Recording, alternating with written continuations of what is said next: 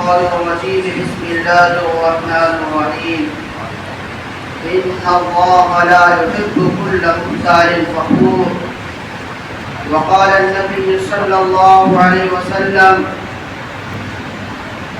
الكبرياء ردائي والعظمة إزاري أو كما قال عليه الصلاة والسلام. برادران ملت اسلامیہ اور میرے عزیز ساتھیوں، بزرگوں اور دوستوں، عالم دو ہے، ایک عالم دنیا اور ایک عالم آخرت. عالم دنیا میں انسان آیا ہے آخرت بنانے کے لیے. یہ دنیا امتحان گاہ ہے، یہاں اس کے امتحانات ہیں. یہاں جو کامیاب ہو گیا تو آخرت میں کامیابی کے لیے سہولت ہو جائے گی. جیسا کہ ایک طالب علم امتحان دیتا ہے، جب اس کے امتحانات کے دن قریب ہوتے ہیں تو وہ راتوں دن امتحان کی تیاری میں لگ جاتا ہے. امتحان کی تیاری میں وہ کھانا پینا بھول جاتا ہے، وہ سیر و تفریح بھول جاتا ہے، دوستوں احباب کو بھول جاتا ہے، یہاں تک کہ وہ گھر والوں کو فراموش کر دیتا ہے. گویا کہ انتہائی یکسوئی کے ساتھ پورے دل و جان سے وہ امتحان کی تیاری میں مگن ہو جاتا ہے، لگ جاتا ہے. پھر ایک ایسا وقت آتا ہے کہ کامیابی اس کی قدم چومتی ہے. اسی طرح میرے عزیزوں، بزرگوں، دوستوں، بالخصوص دولت و اقتدار والوں کو آخرت کی تیاری کرنی چاہیے. دنیا کی تمام تر کوششیں آخرت حاصل کرنے میں صرف ہونی چاہیے، آخرت کے کام کرنے چاہیے. لیکن آج کے ڈیٹ میں جو چیز آخرت کے کام کرنے سے رکاوٹ بن رہی ہے، جو چیز روک رہی ہے، وہ ہے تکبر، گھمنڈ.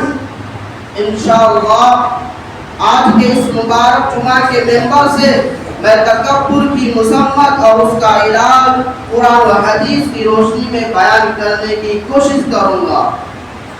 چونکہ دو طرح کی بیماریاں ہوتی ہیں، ایک جسمانی بیماری اور ایک روحانی بیماری.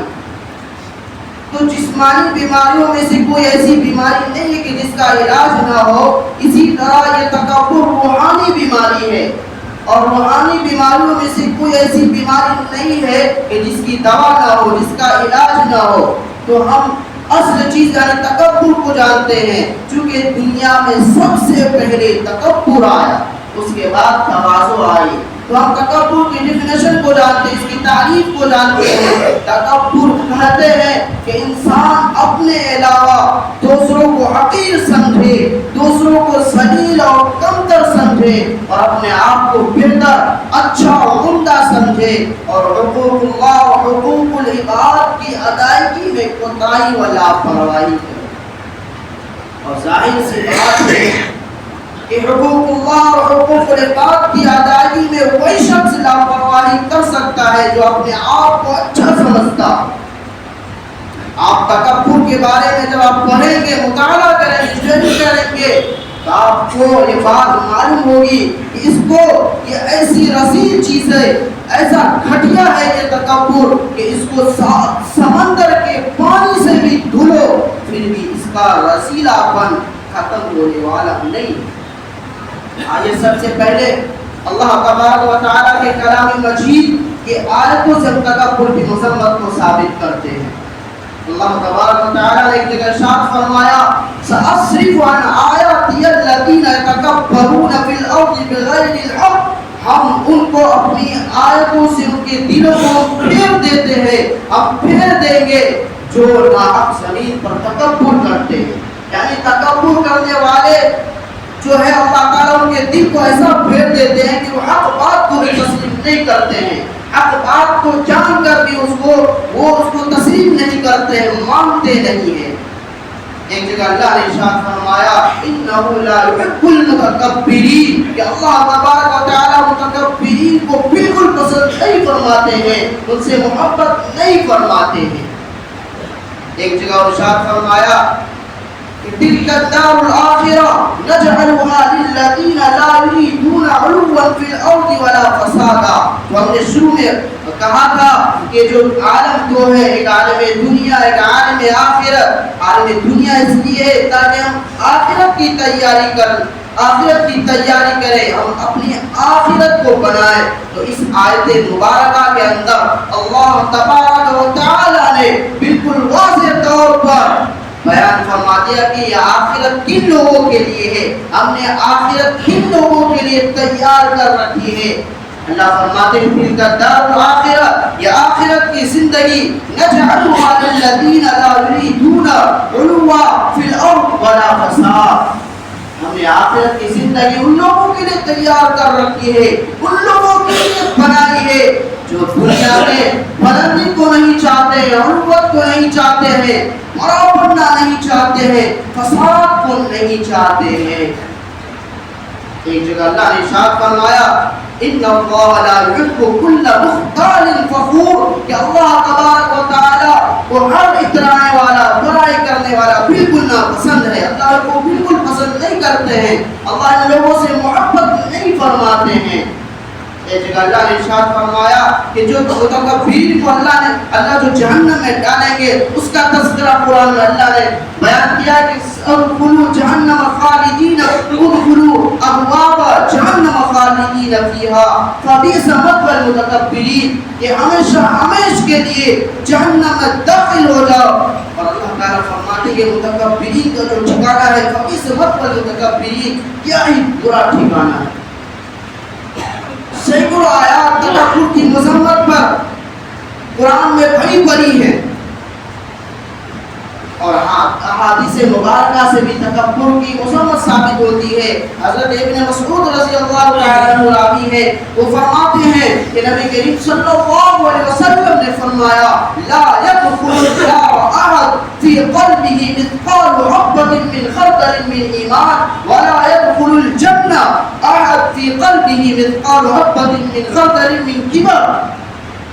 یا آقا انعامدار صلی اللہ علیہ وسلم کا ارشاد ہے کہ وہ شخص جہنم میں داخل نہیں ہوگا جس کے دل میں رائی کے دانے کے برابر بھی ذرہ برابر بھی ایمان ہوگا، اور وہ شخص جس کے دل میں رائی کے دانے کے برابر بھی تکبر ہوگا وہ جنت میں داخل نہیں ہو سکتا ہے، وہ جنت میں نہیں جائے گا۔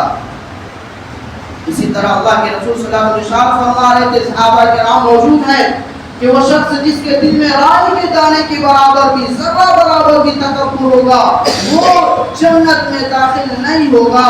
ایک صحابی رسول سن کر یہ ارشاد فرماتے ہیں کہ یا رسول اللہ اگر کوئی آدمی یہ چاہتا اچھا لباس پہننا، اچھے جوتے استعمال کرنا چاہتے ہو اور اپنی اس چاہت کے تحت اپنی اس پسند کے چھاتا اگر کوئی اچھا لباس پہنے، اچھے جوتے استعمال کرے تو کیا یہ بھی تکبر ہے؟ آپ صلی اللہ علیہ وسلم نے فرمایا کہ اللہ تبارک و تعالی جمال ہے، وہ جمیل کو پسند فرماتے ہیں۔ اچھا کھانا، اچھا لباس استعمال کرنا، اچھے جوتے استعمال کرنا یہ تکبر نہیں ہے، بلکہ تکبر یہ ہے کہ حق بات کو حق دھرمی سے نہ مانا جائے، حق بات کو جان کر بھی تسلیم نہ کیا جائے اور دوسروں کو ذلیل و حقیر سمجھا جائے۔ اس کا خلاصہ یہ ہے کہ اگر کوئی آدمی اپنی ذاتی خواہش کے تحت، اپنی ذاتی خواہش کے مطابق اگر کوئی اچھا لباس پہنے، اچھے جوتے استعمال کرے، اچھی سواریاں استعمال کرے اور اس کے ذریعے سے لوگوں کے دلوں میں اپنے روپ ڈالنا مقصد نہ ہو، لوگوں کو حقیر سمجھنا مقصد نہ ہو، لوگوں کو کمتر سمجھنا مقصد نہ ہو، یہ سوچ کر وہ استعمال کر رہا ہے یہ شریعت کا حکم ہے، اللہ تعالیٰ کو پسند ہے تو یہ جائز ہے۔ اس کے خلاف اگر اس کے ذریعے سے لوگوں کے دلوں میں اپنا روپ ڈالنا ہو، فخر کرنا ہو، لوگوں کو دکھلانا ہو کہ لوگ دیکھیں گے کہ کوئی گاڑیوں میں گھوم رہا ہے، اچھے لباس استعمال کر رہا ہے، لوگ دیکھ کر ہم پر فخر کریں گے، تو یہ ہے تکبر، اس کو کہتے ہیں تکبر۔ بزرگان محترم حضرت علی رضی اللہ تعالیٰ عنہ سے روایت ہے کہ آقا نامدار صلی اللہ علیہ وسلم ارشاد فرماتے ہیں کہ جو شخص کسی مومن بندے یا بندی کو اس کے فقر و فاقہ کی وجہ سے، غربت کی وجہ سے اگر اس کو ذلیل سمجھتا ہے، اس کو حقیر سمجھتا ہے، تو کل روز محشر میں جہاں اولین و آخرین کا مجمع ہوگا، اللہ تبارک و تعالی سب کے سامنے اس بندے کو ذلیل و رسوا کرے گا۔ ترمذی شریف کی روایت ہے کہ آقا نامدار صلی اللہ علیہ وسلم نے ارشاد فرمایا کہ متکبرین کل قیامت کے دن متکبرین کو چونٹیوں کی طرح، چونٹیوں کی چھوٹی چھوٹی چونٹیوں کی طرح مردوں کی شکل و صورت میں جمع کیا جائے گا، یعنی ان کی شکل و صورت مردوں جیسی ہوگی لیکن جسم و جثہ چونٹیوں کے مانند ہوگا، اور ذلت و رسوائی کو چاروں طرف سے پوری طرف سے گھیر لے گی اور ان کو جہنم کے قید خانے کی طرف پھینکا جائے گا جس کا نام خلص ہے۔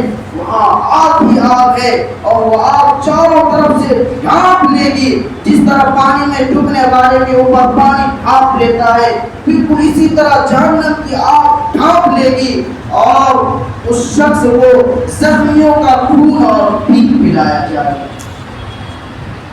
انسان تکبر اس لیے کرتا ہے کہ وہ اپنے آپ کو سب سے اچھا سمجھتا ہے، اپنے آپ کو افضل سمجھتا ہے، دوسروں کو حقیر و ذلیل سمجھتا ہے۔ ہمارے علماء کرام نے تکبر کے چند اسباب بتائے ہیں اور ان اسباب میں سے سب سے پہلا سبب علم ہے۔ انسان جب علم سے حاصل کر لیتا ہے، تعلیم حاصل کر لیتا ہے، اب اس کے ذریعے سے انسان اس بات کا متمنی ہو جاتا ہے، خواہش مند ہو جاتا ہے کہ دوسرے لوگ اس کی خدمت کریں، سلام کرے، ان کو بیٹھنے کے لیے کرسی دے، ان کے لیے کھڑے ہو جائے، اس بات کے متمنی ہو جاتے ہیں۔ تو اللہ اگر کسی کو علم دے تو اللہ تعالیٰ اس کو تکبر سے بچائے۔ تو یہ سب سے پہلا سبب ہے تکبر کا علم۔ آگے علماء کرام نے فرمایا کہ تکبر کا جو ہے اسباب میں سے ایک سبب یہ ہے عبادت، سود و عبادت۔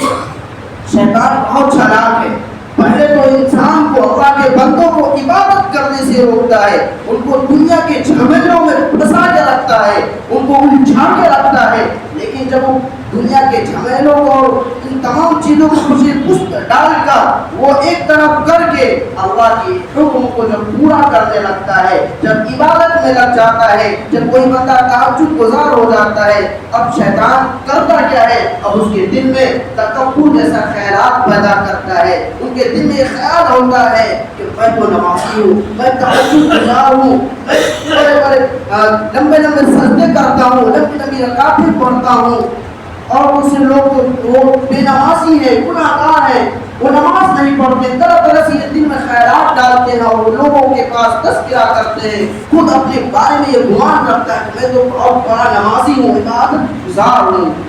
اللہ تعالیٰ اگر کسی کو عابد بنائے تو اللہ تعالیٰ تکبر سے بچائے۔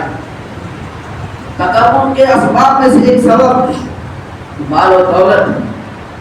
انسان کے پاس جب دولت آتی ہے تو تکبر بھی آ جاتا ہے، اب اس کے نشہ میں وہ اپنے وجود کو بھول جاتا ہے، اپنے خالق کو بھول جاتا ہے اور دوسروں کو حقیر، غریب، مفلس سمجھتا ہے، دوسروں کو غریب سمجھتا ہے اور تانے دیتا ہے، غریبوں سے بات کرنا اپنے وقار کے خلاف سمجھتا ہے، دوسروں کو اپنی دعوت میں بلانا، دعوت دینا یہ اپنے وقار کے خلاف سمجھتا ہے، اپنی عزت کے خلاف یہ بات سمجھتا ہے کہ میں غریب سے بات کروں، میں غریب سے منہ لگاؤں۔ تو اللہ اگر کسی کو دولت دے تو تکبر سے بچائے۔ تکبر کے اسباب میں سے ایک سبب طاقت و قوت ہے۔ جب انسان کے اندر طاقت ہوتی ہے، انسان طاقت کے نشے میں جو کمزور لوگ ہوتے ہیں ان کو ظلم کرتے ہیں، زیادتی کرتے ہیں اور اپنے اصل کو بھول جاتے ہیں۔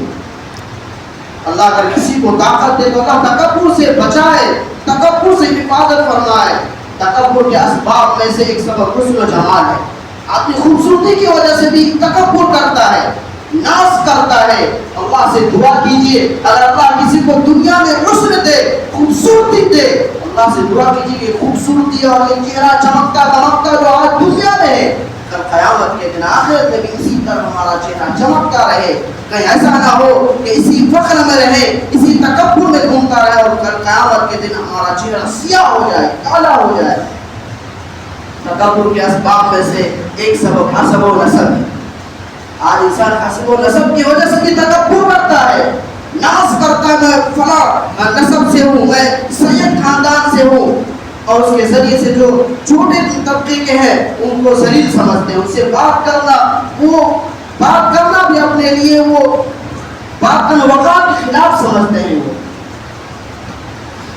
آئیے میں چند متکبرین کا بطور ذکر تذکرہ کرتا ہوں. اللہ تعالیٰ سے دعا ہے کہ اللہ تعالیٰ ہم سب کو تکبر جیسے بیکار چیز سے اور رسیلہ چیز سے ہم سب کی حفاظت فرمائے. ابلیس لعین تکبر کی زیادتی کی وجہ سے اللہ کے حکم کا انکار کیا اور حضرت آدم علیہ السلام کو سجدہ کرنے سے انکار کر دیا. تو اللہ تبارک و تعالیٰ نے اپنے دربار سے راندے دربار کر دیا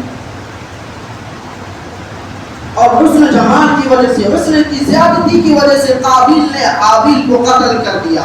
قابیل کے حصے میں جس لڑکی کا نکاح طے ہونا تھا وہ کالی تھی, وہ ضد پہ آ گیا کہ میں اس لڑکی سے نکاح کروں گا جو حابیل کے حصے میں ہے اور وہ حسین تھی. اللہ تبارک و تعالیٰ نے ایسا ذلیل کیا کہ دونوں جہان میں وہ ذلیل ہی رہے گا. فَطَوَّعَتْ لَهُ نَفْسُهُ قَتْلَ أَخِيهِ فَقَتَلَهُ فَأَصْبَحَ مِنَ الْخَاسِرِينَ.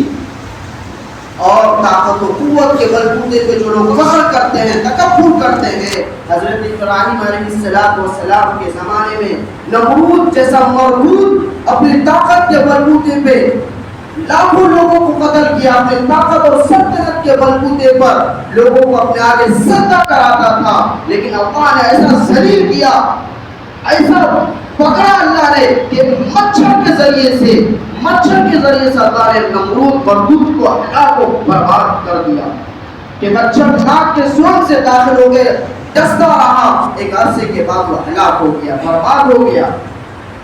اسی طرح مال و دولت آنے کے بعد جو گھمنڈ اور تکبر آ جاتا ہے, کبر آ جاتا ہے, قارون نے بھی ایسا کیا.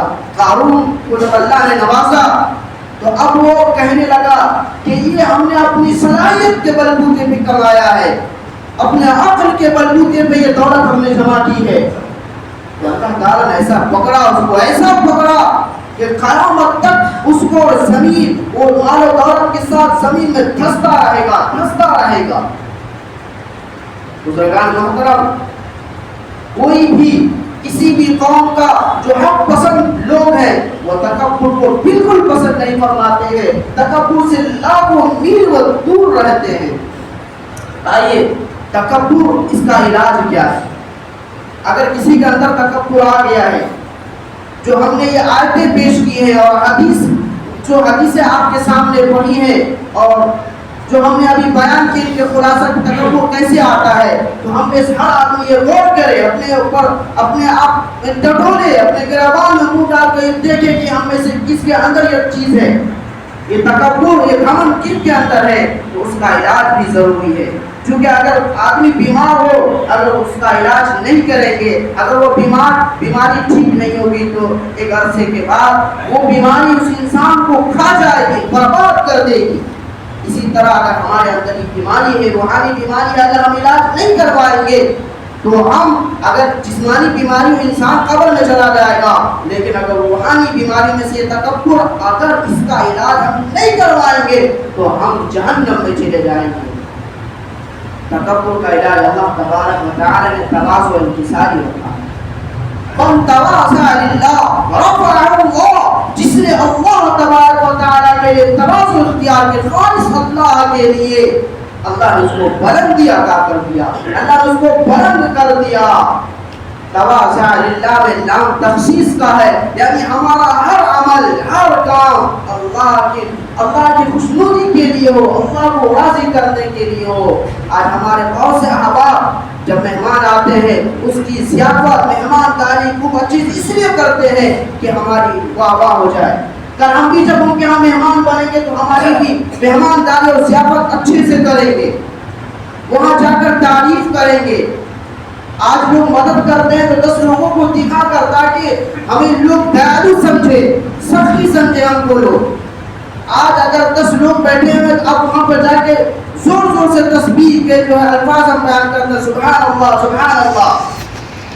میرے بھائیوں تواضع کو ہم لوگوں نے صحیح سے سمجھا ہی نہیں. تواضع کا مطلب یہ ہے کہ اپنے آپ کو مٹا دینا، اپنے آپ کو ذلیل اور خاص سمجھنا، اپنے آپ کو گناہگار نافرمانوں میں شمار کرنا، عاجز میں شمار کرنا. حضرت ابو بکر صدیق رضی اللہ تعالیٰ عنہ کہتے تھے کہ کاش میں درخت ہوتا، مٹا دے اپنے ہستی کو اگر کچھ بلندی چاہے، مٹا دے اپنے ہستی کو اگر کچھ بلندی چاہے، دانا کھاد میں مل کر گلے گلزار ہوتا ہے.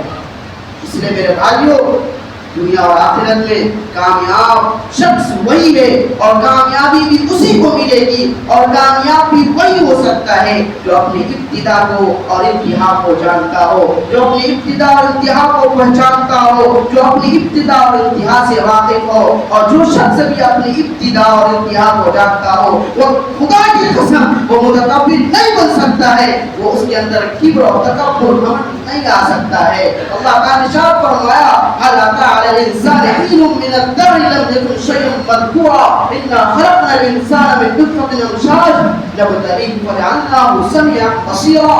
کہ انسان کے اوپر ایک ایسا دور بھی گزرا ہے، ایک ایسا وقت بھی گزرا ہے جو اس کے نام و نشان نہ تھا، اس کا کوئی وجود نہ تھا. اللہ تبارک و تعالی نے اپنی طاقت و قوت کے ذریعے اس کو نیست سے ہست کیا. پھر اللہ تعالی نے اس کی اصل کو ذلیل خار ناپاک نجس لہو سے بنایا. پھر وہ گوشت کا لوتھڑا ہوا اور نہ اس میں سماعت تھی، نہ بصارت تھی، نہ سننے کی طاقت، نہ بولنے کی طاقت تھی. اللہ نے اس کو آنکھ، کان، ناک، دوسرے اعضاء اللہ نے بنائے. اس لیے نہیں کہ وہ فخر کرے، اس لیے نہیں کہ وہ تکبر کرے، اس لیے نہیں کہ وہ دوسروں کو حقیر جانے، اس لیے نہیں کہ اگر ہم عالم ہیں تو دوسروں کو جاہل کہتا پھرے، اس لیے نہیں کہ اگر ہم عبادت گزار ہیں تو ہم دوسروں کو گناہگار کہیں، اس لیے نہیں کہ ہم طاقت و قوت والے ہیں تو دوسروں کو کمزور سمجھے، اس لیے نہیں کہ اگر ہمارے پاس مال و دولت ہے تو دوسروں کو حقیر نگاہ سے دیکھے، غریب سمجھے. اس لیے اللہ نے بنایا تاکہ ہم اللہ کی جو ہے معرفت کو حاصل کریں، اللہ کے بزرگی کو ہم پہچانیں، اللہ کی خالق کی ہم عبادت کریں. بزرگان محترم تواضع ایسی چیز ہے کہ خود رب کائنات نے اپنے لاڈلے حبیب صلی اللہ علیہ وسلم کو حکم دیا.